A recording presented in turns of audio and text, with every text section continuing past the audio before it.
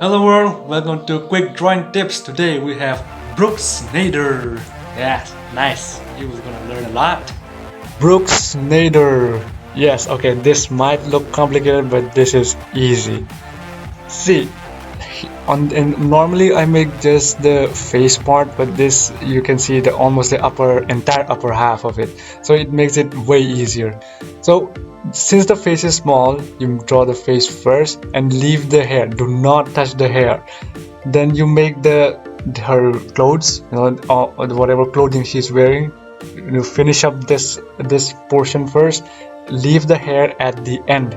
I repeat, leave the hair at the end.